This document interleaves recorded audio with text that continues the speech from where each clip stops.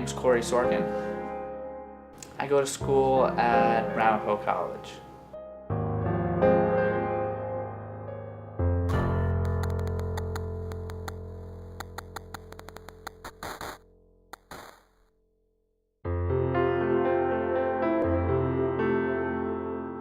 I am 20 years old. Grew up in East Brunswick, central New Jersey. I definitely did have a normal childhood. I have two older brothers, so I'm kind of the runt of the litter. They always used to pick on me, but I would pick on them right back. Well, Corey's the youngest of my three sons, and he had a very uneventful childhood, very normal.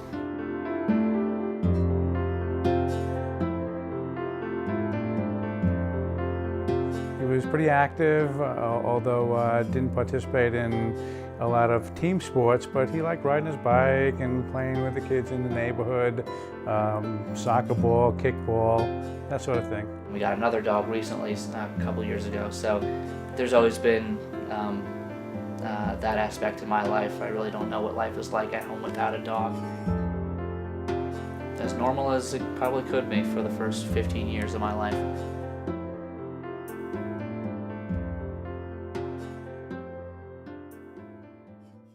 I would come home from school and just feel so physically depleted and so physically exhausted. I wasn't eating, wasn't getting any energy, any nutrients, so I just felt like a bum, basically. Corey wasn't feeling well for a few weeks, and it was to be his first summer going to sleepaway camp. And I just attributed it to, maybe some nervousness. He had never really been away from home before, and I kind of made real light of it until one day when I got a phone call at work.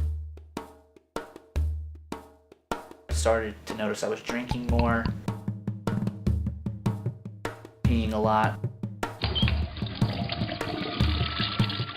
I was losing weight like crazy. I think I was throwing up a lot too. Things just didn't seem right.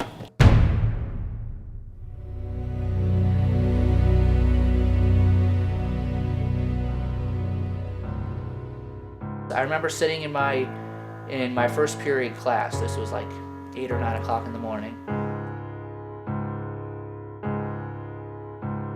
And I felt really, really nauseous. I handed in my paper. I went to go sit down at my desk, and then I just needed to, I felt like I was just gonna hurl.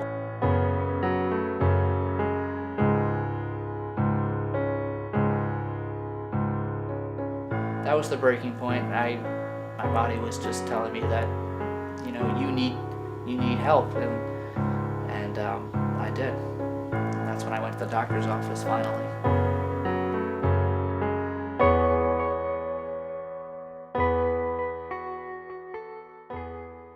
I gave my doctor a urine sample. He came back, told me that I had ketoacidosis, which is high blood sugar, and that I have type 1 diabetes.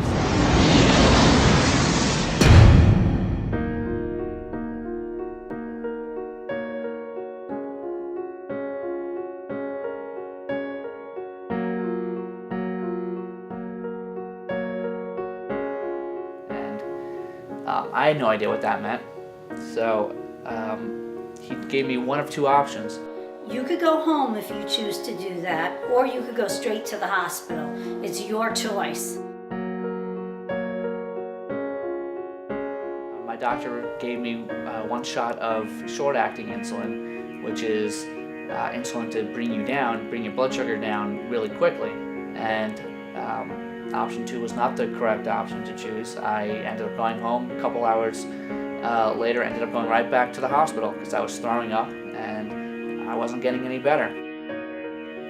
And since I did have high blood sugar, that I did need my blood sugar did need to go down, but you shouldn't ever give anyone just a unit of insulin without knowing how much to really give that person. So I later found out that probably could have killed me, so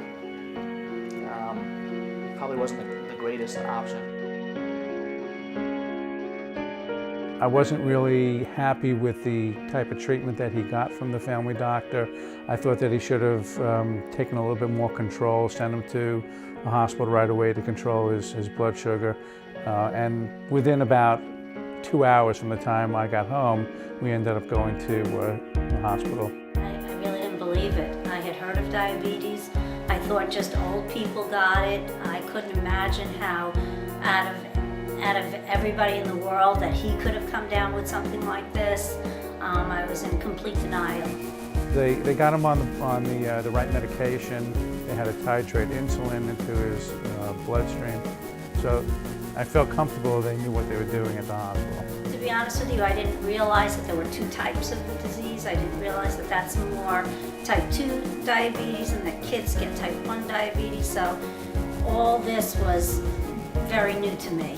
I was happy that I finally knew what was wrong with me, but at the same time I didn't know what that was. And then my mom was in the room, and then she was basically registering everything for me.